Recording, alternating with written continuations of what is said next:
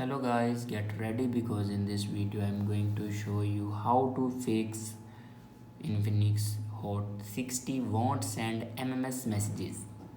So watch this video carefully and follow every step as I'm showing in video, and don't forget to subscribe the channel.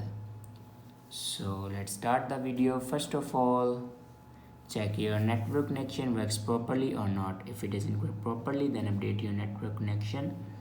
After that, swipe down to your control center and turn on your mobile data.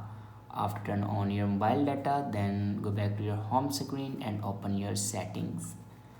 In settings, scroll down and click on app management and then click on app list. Now scroll down and here you can see the option messages app. Now click on it and then click on storage and cache. Now here you can clear the storage and cache memory of messages app.